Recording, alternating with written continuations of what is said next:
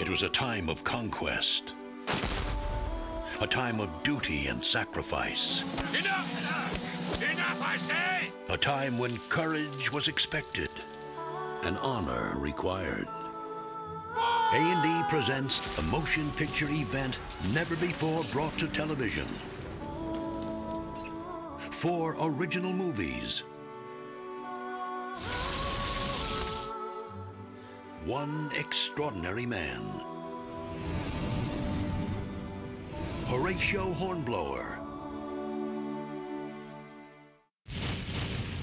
Stand by for a take. Action. They are some of the best-loved tales on Earth. These films are just really big. Europe, 1795. The countryside is ablaze. England and France are locked in battle. A battle for global domination. It's an adventure story with guns and battles and cannons. Horatio Hornblower is the story of a young man embarking on the adventure of a lifetime. A raw recruit coming of age in His Majesty's Navy. It's a romantic adventure. It's set in an incredibly romantic time. And now an Academy Award-winning team brings to A&E 4 original movies. 2 years in the making. It's a journey around the world, a journey across the centuries. And it all begins with a young man who's in over his head. I'm going to kill you, Snotty. And 1, 2, 3, 4, 5.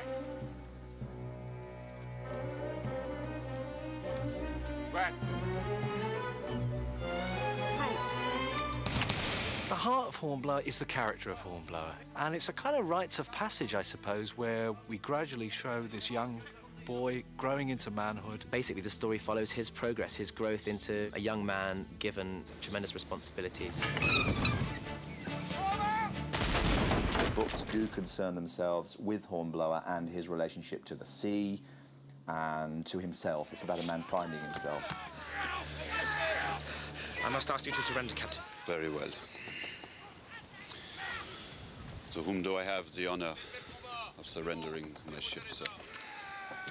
Horatio Hornblower, Acting Lieutenant of His Britannic Majesty's Frigate, Indefatigable. Well, I play the title role of Hornblower, Horatio Hornblower. He's a young 17-year-old boy who's thrown into the Navy. Welcome to Purgatory. He becomes a leader, a born natural leader. Over several grueling expeditions, the 17-year-old struggles to find his place as a midshipman. He gradually gains respect of men beneath him and the men above him. And it's his story. It's his story of how he matures and how he develops and how he succeeds. 3 cheers for Mr. Hornblower!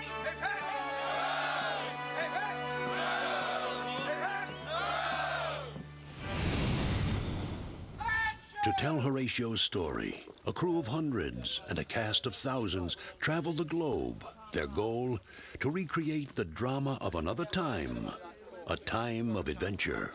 There hasn't been anything like Hornblower in quite a while. What? No, it's King George, frogface. This is a really old-fashioned adventure. Come on, man!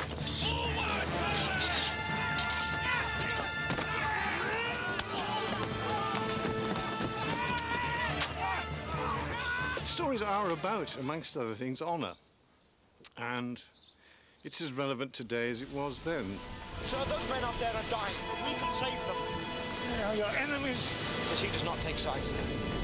I give you my word. And a man keeping his word, and in the case of Hornblower, he keeps his word and risks his life. God speak to you. But I think more than that, the story is actually much more immediate. It's about deciding who you are, where responsibility lies. These are stories of bravery and of romance. Horatio! I've lost too many people without saying goodbye. I think the series combines a sense of a drama, a sense of romance of this period. I will come back and take you away from here. It's an incredibly sexy period for the women and the men. It's very elegant and very dashing, and it's romantic. I think people get the taste of what it was actually like to be on the ship of the line during that period. All hands! Short and sail!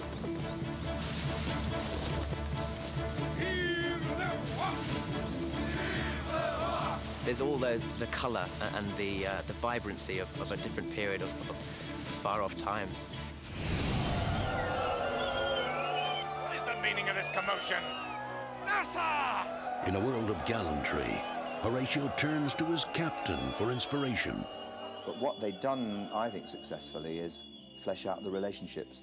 And I knew immediately that the relationship between my character, Captain Edward Pellew, and Johan, who plays Hornblower, was very real. It was like a father-son relationship. Sir? Ah, Mr. Hornblower. You have fought your duel. That is well. Never fight another. That is better. I think he sees a lot of himself in Hornblower, so he has this respect, and almost the relationship is almost like a father-son relationship. I see something in you, Mr. Hornblower. If you continue in this service as you've begun, a great future awaits you. Thank you, sir. Carry on, Mr. Hornblower. Aye, aye, sir. In 4 adventures, Horatio strives to make his mark, to grow into his destiny. There are 4 separate Hornblower movies that we've made so far. You can watch one, you don't have to watch them all. It's not a miniseries, they're 4 separate movies. The Duel, the Fire Ships, the Duchess and the Devil, and the Wrong War. The General is going to invade France. And we're going to help him. But at the heart of all 4 stories is one character, Horatio, a boy trying to become a man struggling to become a leader.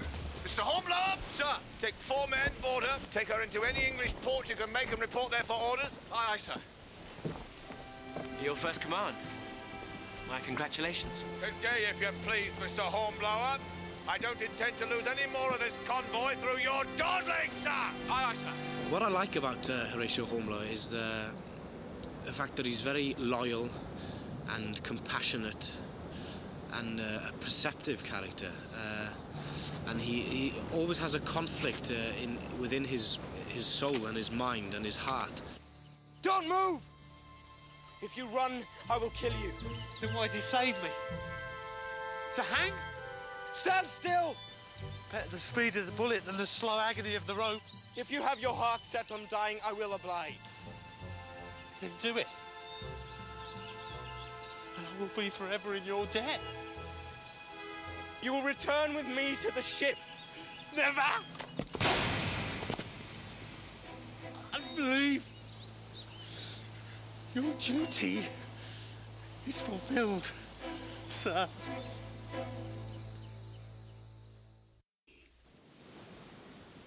You have a mind to fight! Yeah! That is well, for you shall have your fill! The world of Horatio Hornblower is a world at war. France and England are locked in combat, a combat that will be won or lost on the high seas. It's a very attractive period. And, you know, later, not so attractive. Earlier, not so. But it's spot on. It's very, very glamorous, and I think that's what appealed to everyone. It's a time when the British Army were really coming into their own and having all sorts of exciting battles all over the place. Action! Bang! Definitely a sense of adventure. There's all the drama and everything that makes the seas and costumes and pirates and war attractive. One more step and I'll see you in hell.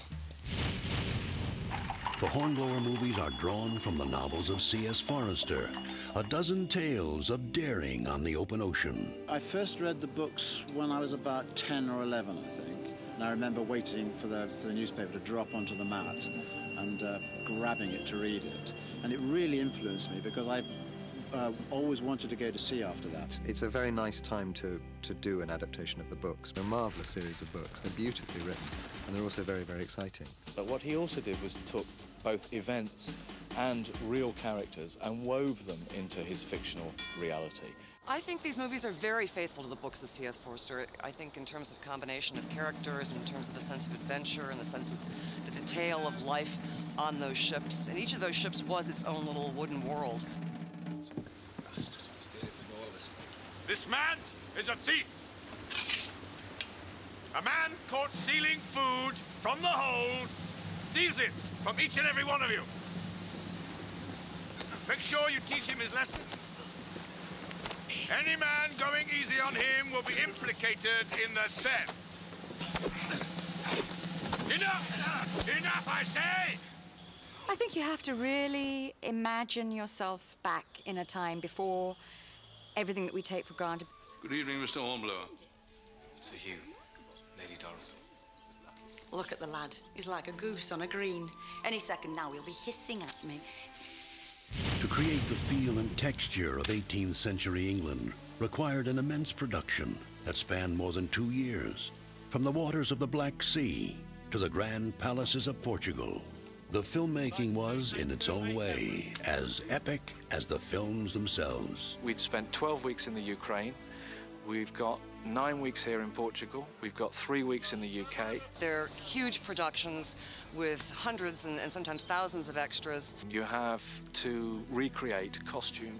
You have to recreate hair and wigs, locations, everything, which is alien to the world we live in. So you mix all that together, it's quite an undertaking. And of course, they had to do it all on water. One of the enjoyable parts of this was actually going sailing every day on the Grand Turk, which doubled up as the Indefatigable in our series. In a way, we lived the life of naval of sailors and officers at the time, because working aboard a ship isn't easy. Prepare to weigh anchor!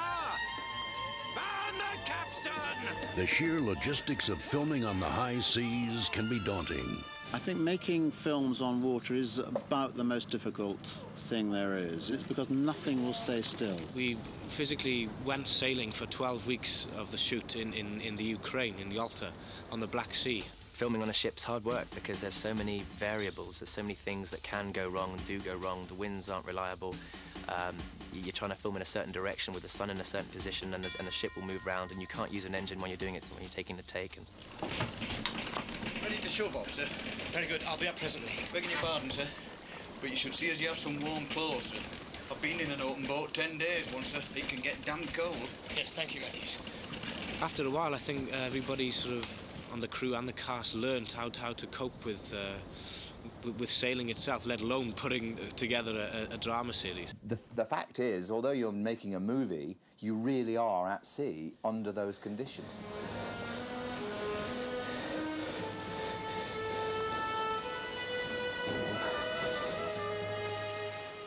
Personally, I didn't get physically sick. I had the motion sickness, but I was never physically sick. One day when I had to get in the smaller boat to cross between boats, and it was a little rocky, and I did start to get to me, yes.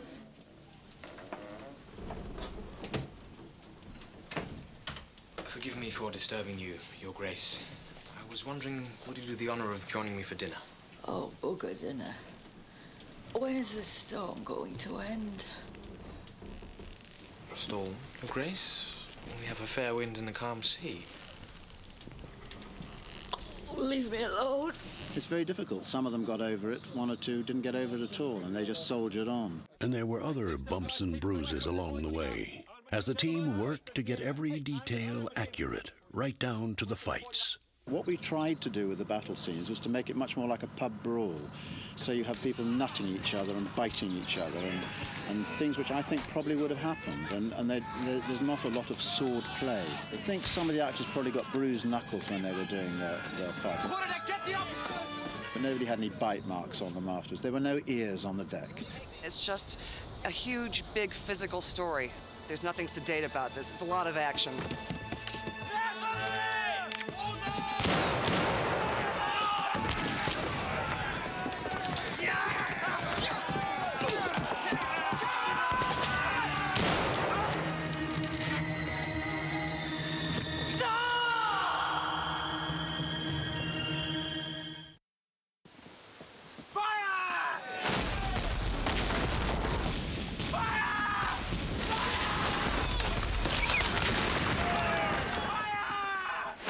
To make the most ambitious nautical epic ever attempted for television, the filmmakers needed a ship, and not just any ship.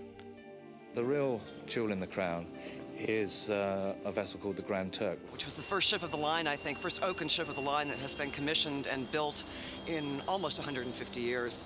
No one had made a vessel like this in a century and a half. A hand-built wooden frigate The filmmakers turned to a family that has been building ships since the time of the Crusades. A team of 40 craftsmen set to work. And what they created was remarkable.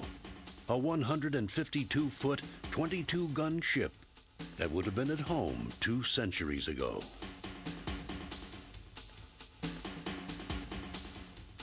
One of the enjoyable parts of this was actually going sailing every day on the Grand Turk, which doubled up as the Indefatigable in our series. And it is the most magnificent square sail vessel that you're likely to see anywhere in the world. We've had some fantastic adventures on it. Starboard bow chaser! Fire!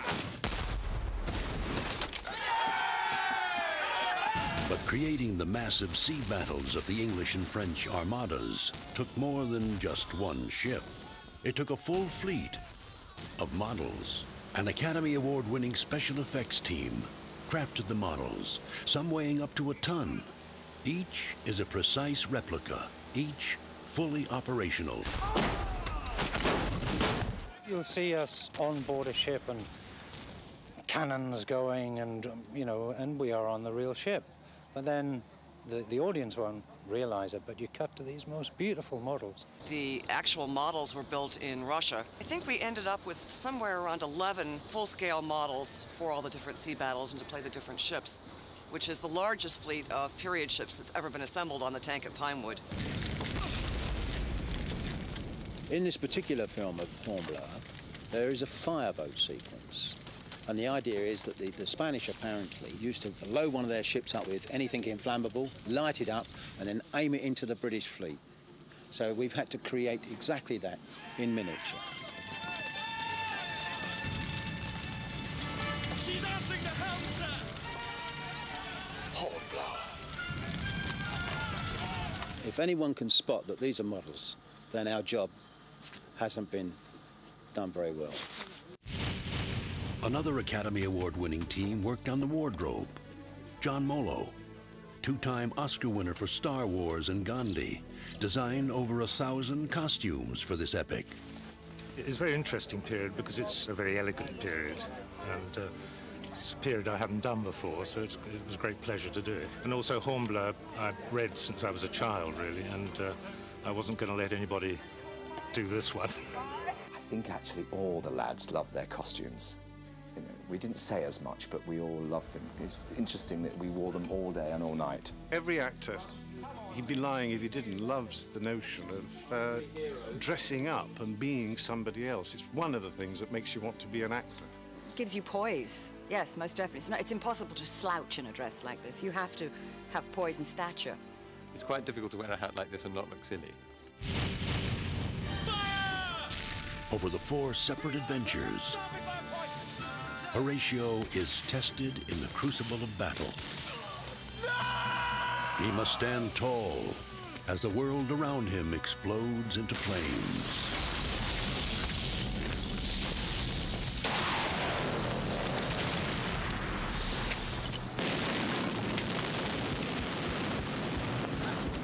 In these 4 movies, you're really watching Hornblower grow up. And I think that what you see is this young man learn to be not only in command of himself, but learn to take command of other men and of the ship. He learns to find not only his sea legs, but his courage. I told you, Mr. Hornblower, I judge a man by what I see him do. Nevertheless, you saved my life. As you saved the life of every man aboard this ship, sir. And he's a fragile hero who goes through all the mental processes that we all go through. Good lieutenant gets to know the ways of his men. If you wish to test your readiness, begin there. He's what everybody should aspire to be. It has been an honor to serve with you. And with you, sir.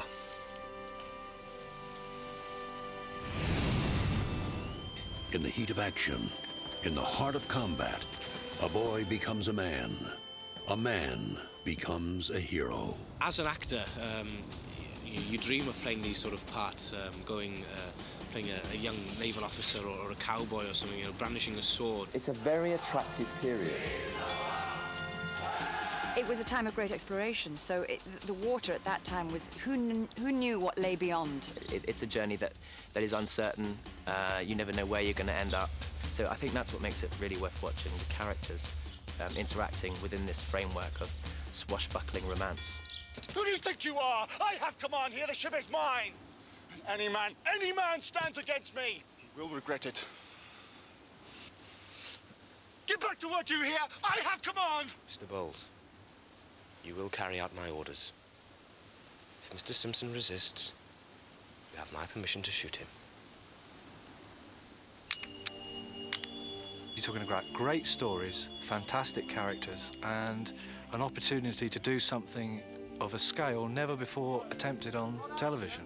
I think people will tune in to see Hornblower because he stands for lots of the good qualities of leadership. I think they'll be drawn into the character of Hornblower. I think they'll be sympathizing for him. I think they'll be rooting for him. I think they'll get a snapshot, a sense of life in a completely different place and time. Most of all, though, I think an audience is just going to be really entertained by these stories and by the adventure and the action in them. And now the journey begins as A&E presents an epic television event. A voyage across the centuries to a world of valor on the jagged edge of war and the churning seas of another age. This is the story of a young man's heart and a quest for glory written in blood.